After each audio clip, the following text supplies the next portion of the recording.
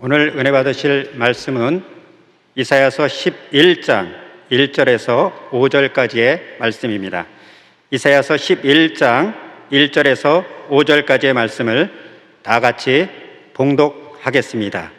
이새의 줄기에서 한 싹이 나며 그 뿌리에서 한 가지가 나서 결실할 것이요 그의 위에 야훼의 영 곧 지혜와 총명의 영이요 모략과 재능의 영이요 지식과 야훼를 경외하는 영이 강림하시리니 그가 야훼를 경외함으로 즐거움을 삼을 것이며 그의 눈에 보이는 대로 심판하지 아니하며 그의 귀에 들리는 대로 판단하지 아니하며 공의로 가난한 자를 심판하며 정직으로 세상에 겸손한 자를 판단할 것이며 그의 입에 막대기로 세상을 치며 그의 입술의 기운으로 악인을 죽일 것이며 공의로 그의 허리띠를 삼으며 성실로 그의 몸의 띠를 삼으리라. 아멘.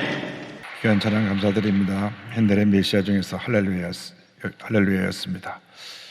믿음으로 고백합니다. 오늘은 참으로 좋은 날입니다. 우리 모두에게 좋은 일이 일어납니다. 우리 모두에게 좋은 일이 반드시 일어납니다.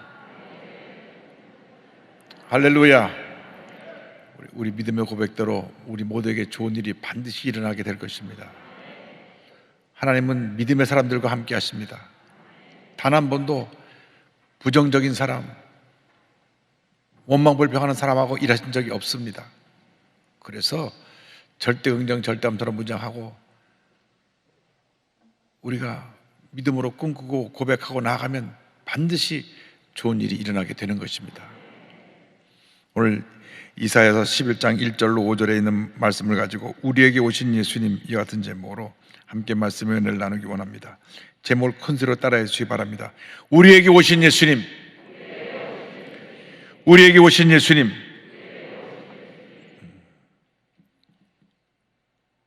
죄 가운데 태어나서 죄 가운데 살다가 죄 가운데 죽어갈 우리 인류를 구원하시기 위해서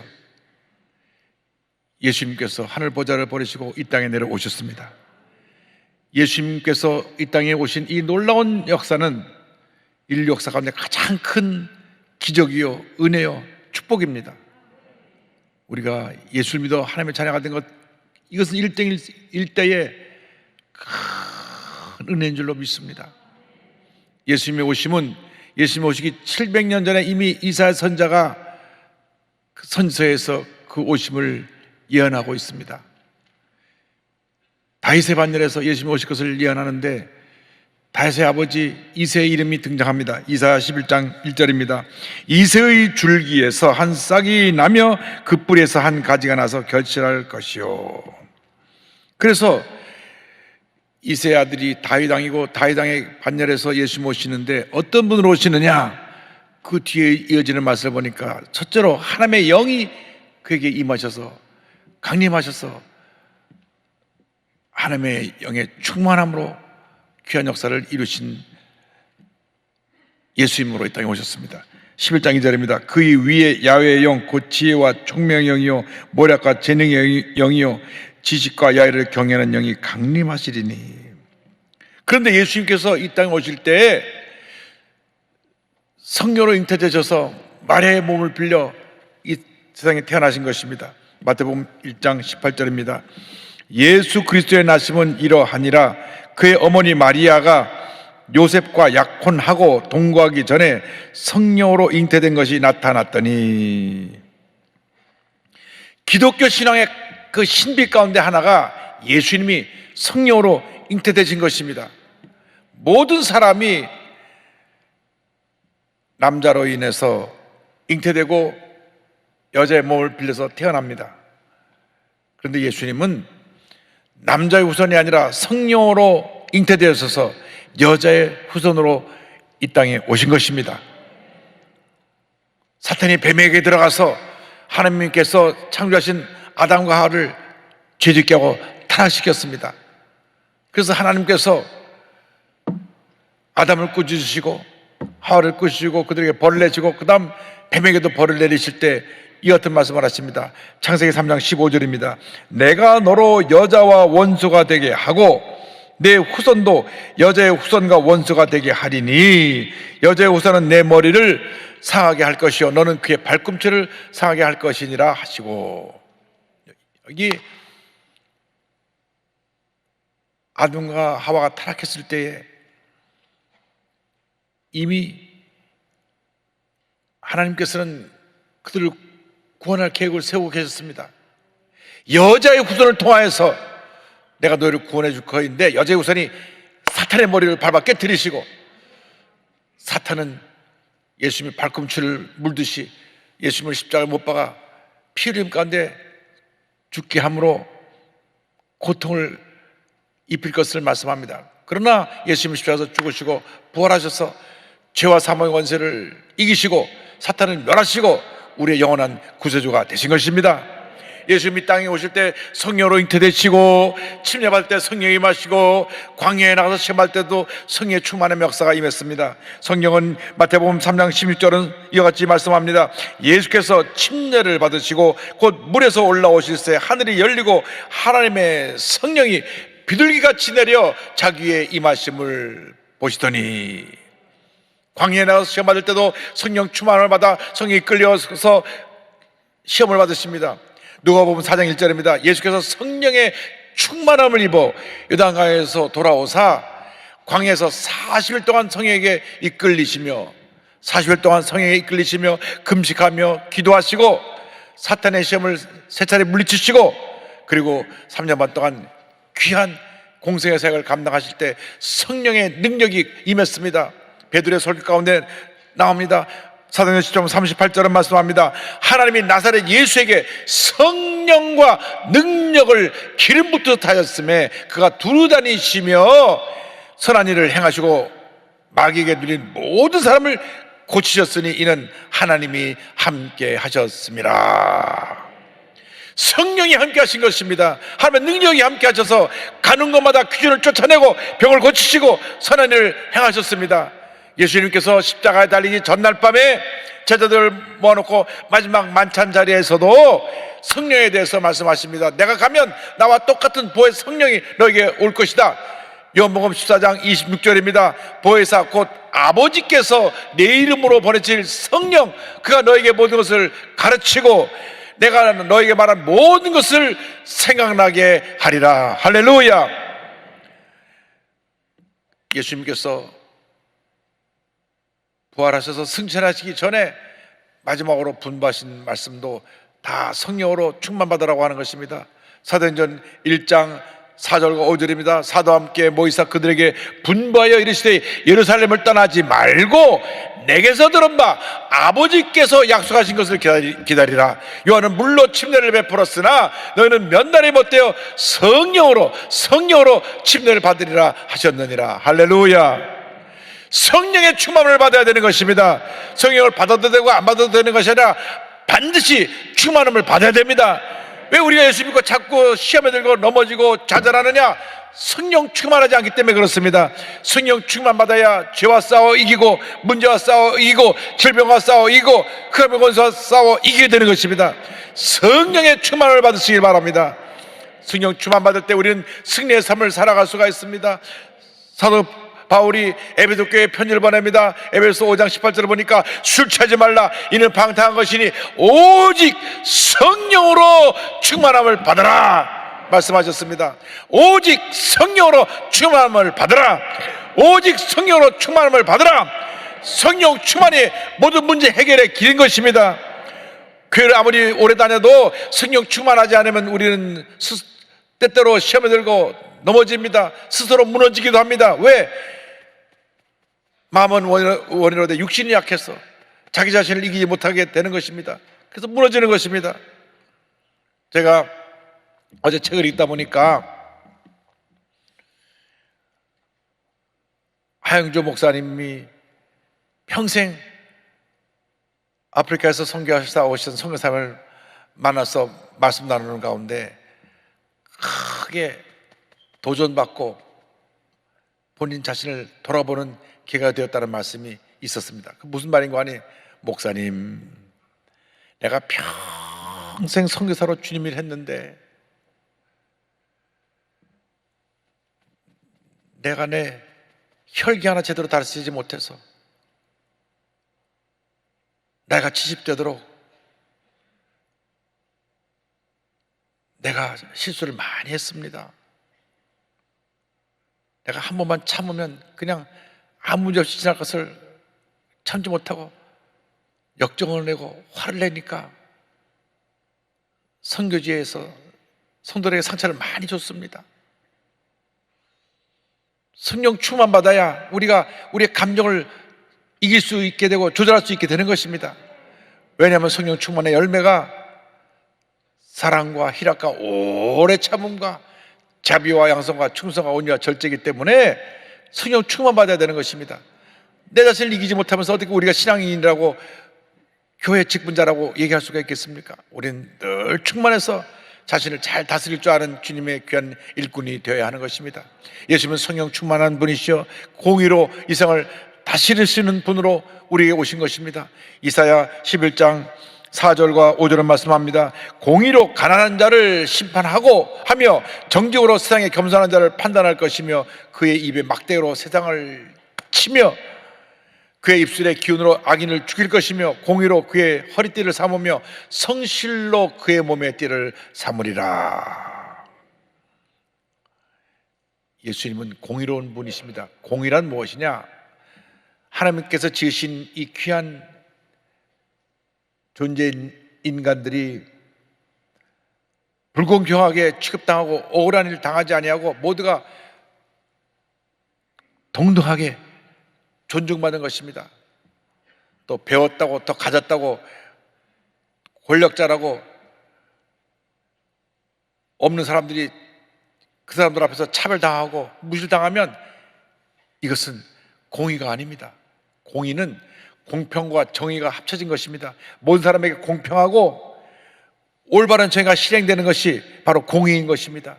예수님께서 이 땅에 오셔서 보셨을 때에 가진 자들이 가지 못한 자들을 함부로 대하고 저들에게 고통을 주는 것을 보았습니다. 로마 제국의 통치하에 있었기 때문에 로마 총독이 와서 이스라엘 백성들을 짓밟았습니다. 그런데 로마 제국과 손을 잡고 종교 지도자들, 대제사장, 바리새인, 사두개인들이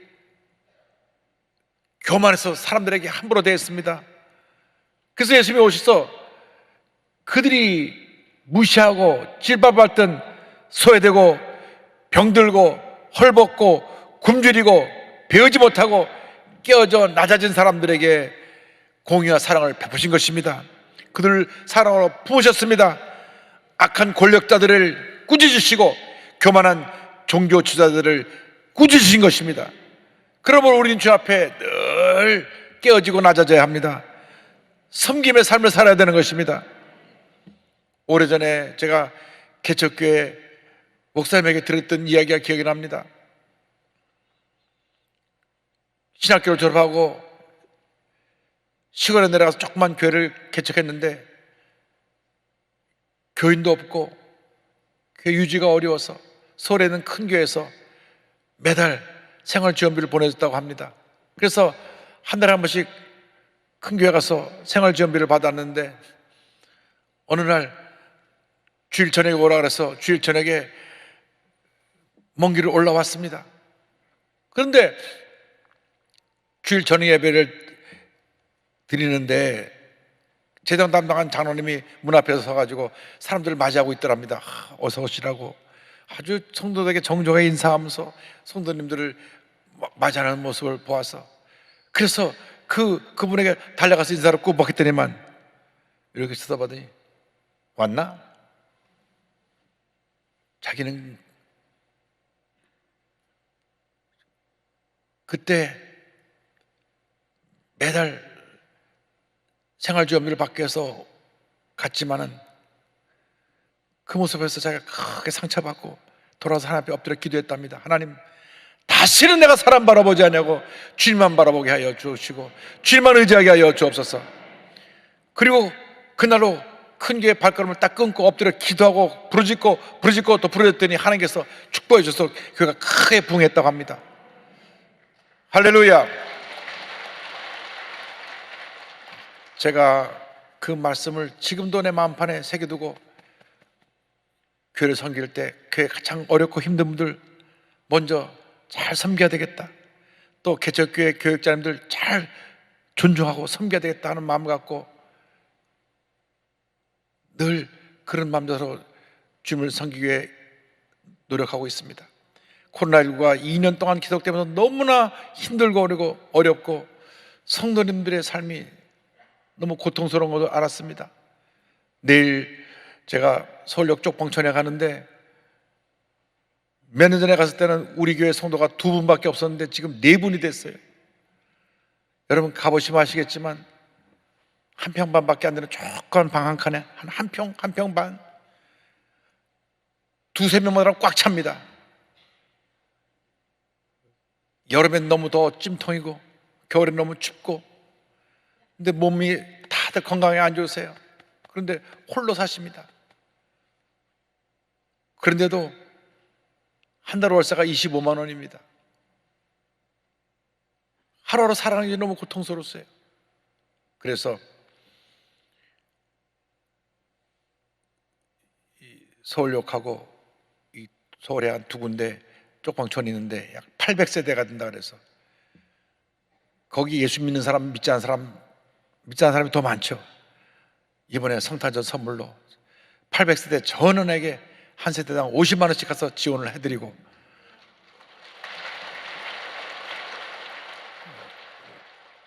지난 2년 동안 고통을 당하고 너무 어려운 가운데 조그만 가게를 하다가 문 닫고 어렵고 월세도 못 내고 하는 영세 소상인 우리 성도님들에게는 다 100만 원씩, 그리고 기초생활 수급자 되시는 분들에게는 다 50만 원씩, 아이를 둘 둔 가정에는 50만 원, 셋부터는 100만 원씩 교회에서 100억 기금을 내서 다 섬기기로 했습니다.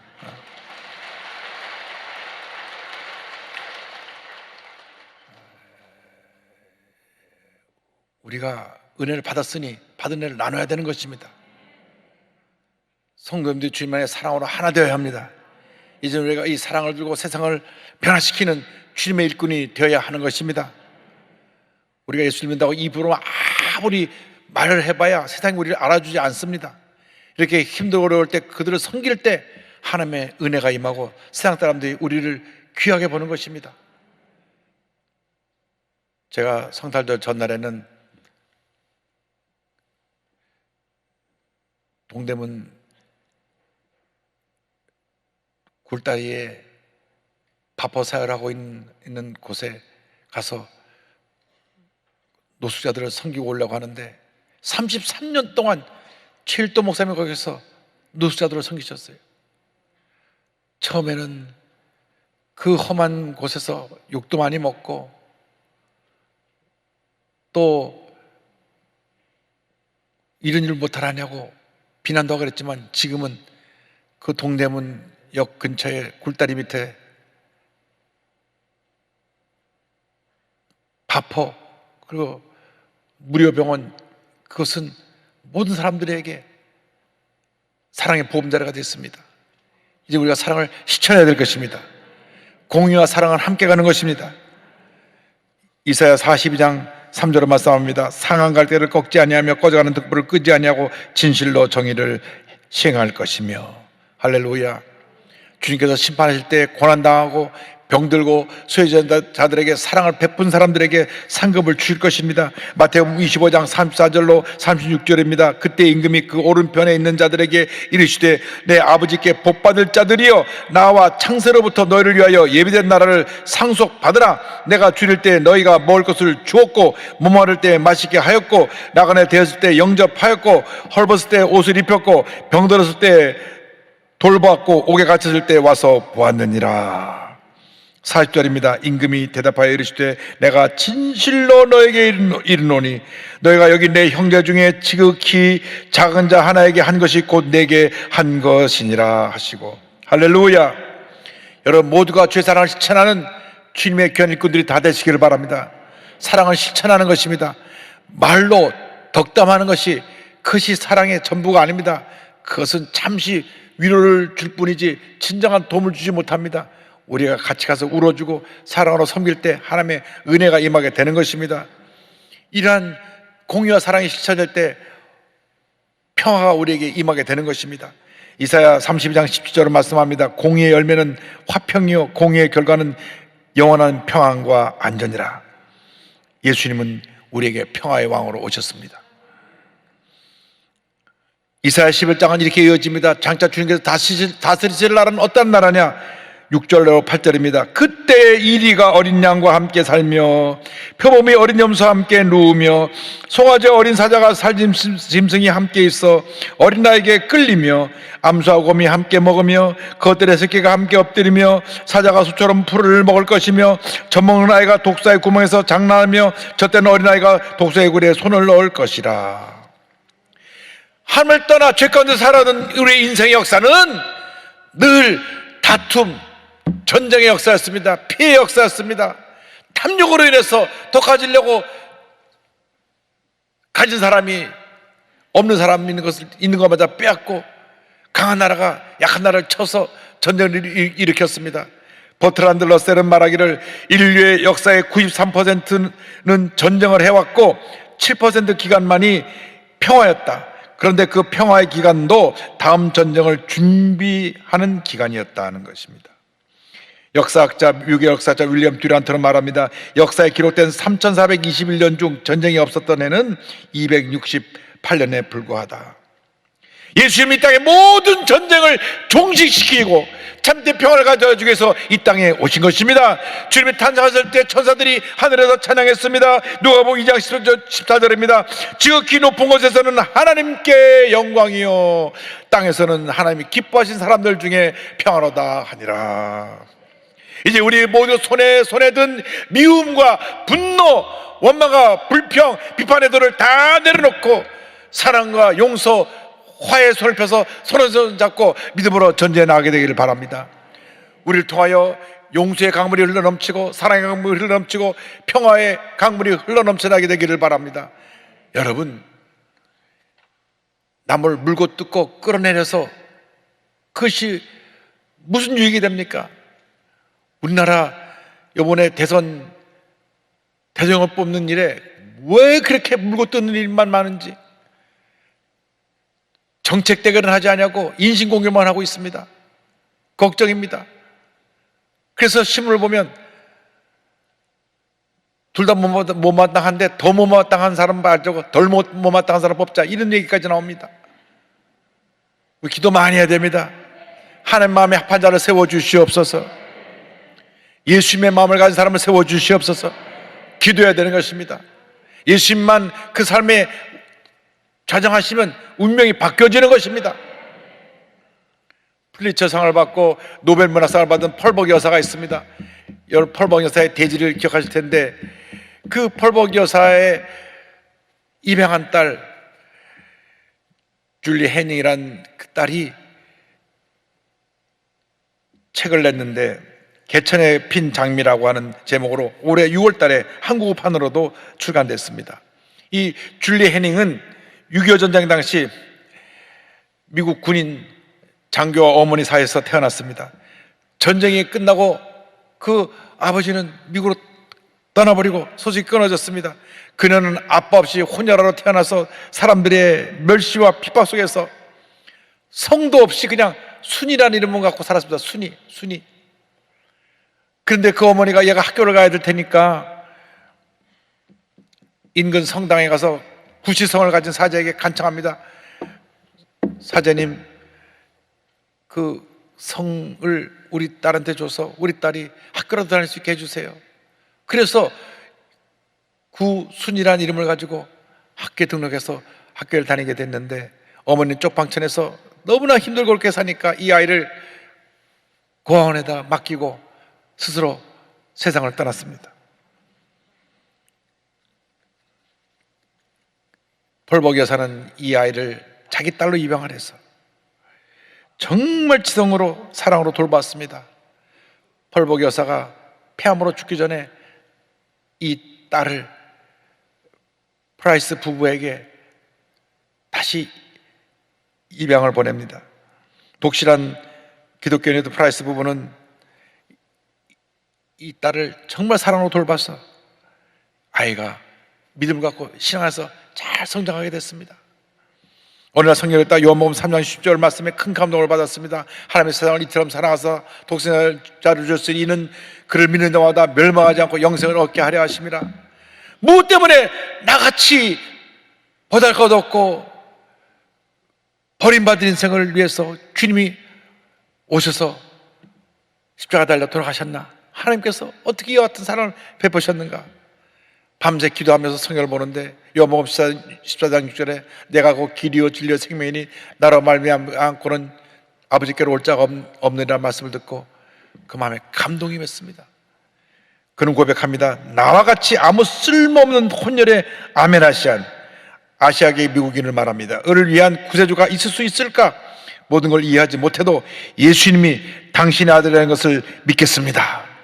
그가 눈물 콧물로 회개하고 예수를 믿고 감사함으로 나가니까 하나님이 함께 해주셔서 대학을 졸업하고 수학교 선생님이 되어서 중학교에서 25년 동안 가르치다가 은퇴하게 됐는데 동료 교사로서 함께 가르치던 남편을 만나서 결혼을 했는데 그 남편 더그 해닝이 지금 목사님이 되셔서 지금 목사님 네 분으로 함께 귀한 사역을 감당하고 있습니다. 할렐루야!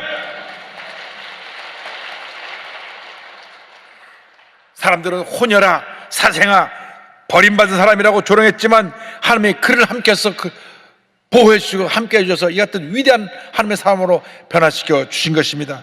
지금 우리 줄리 제닝 여사는 다문화 가정의 삶과 인권에 대해서 1981년부터 지금까지 350개 이상의 교회, 사회기관, 대학에서 연설했으며 미국 국회에서도 연설하고 뉴욕 카네기 홀에서도 연설했습니다. 이렇게 고백합니다. 나는 아무것도 몰랐을 때에도 하나님은 나를 향한 계획과 목적이 있으셨다. 그분은 내가 새롭게 만들어진 그리고 남들에게 핍박받을 인종으로 태어나는 걸 허용하셨다. 수많은 혼혈 아메라시안들이 낙태를 당할 때 그분은 나를 보호해 주셨다. 조롱의 대상이던 그 많은 세월을 통하여 언제나 나에게 최고의 것을 주고 싶어하던 애정어린 엄마를 그분은 예비해 두셨다. 하나님은 자신이 만드신 각각의 고귀한 생명을 최고 걸작품으로 만들어내기 위한 목적과 계획을 갖고 계신다. 할렐루야! 할렐루야! 미군 장교에게 버려진 혼혈하였고 사생하였고 고아였지만 하나님이 그녀를 택하신 것입니다. 위대한 하나님의 사로 만들어주신 것입니다. 예수님이 여러분 삶의 주인으로 들어오시기만 하면 여러분의 운명은 바뀌는 것입니다. 하나님의 은혜가 임하는 것입니다. 기적이 임하는 것입니다. 축복이 임하는 것입니다. 여러분 예수를 여러분 삶의 왕으로 모셔드리고 성령의 사람으로 살아가시길 바랍니다. 사랑과 공의를 실천하며 살아가시길 바랍니다. 평화의 사도가 되시길 바랍니다. 주님이 여러분의 왕이 되시기만 하면 여러분의 운명은 바뀌어집니다. 주님 내 마음 가운데 왕으로 오시옵소서. 오늘 찬송가 38장을 부르면서 여러분 마음 가운데 예수를 왕으로 모셔드리고 여러분 삶 가운데 위대한 하나님의 역사가 나타날 것을 사모하면서 기대하면서 찬송하고 오늘 기도하는 시간을 갖겠습니다. 예수 우리 왕이여 이곳에 오셔서 우리가 왕께 드리는 영광을 받아 주소서. 우리는 주님의 백성, 주님은 우리 왕이라. 왕이신 예수님 오셔서 좌정하사 다스리소서.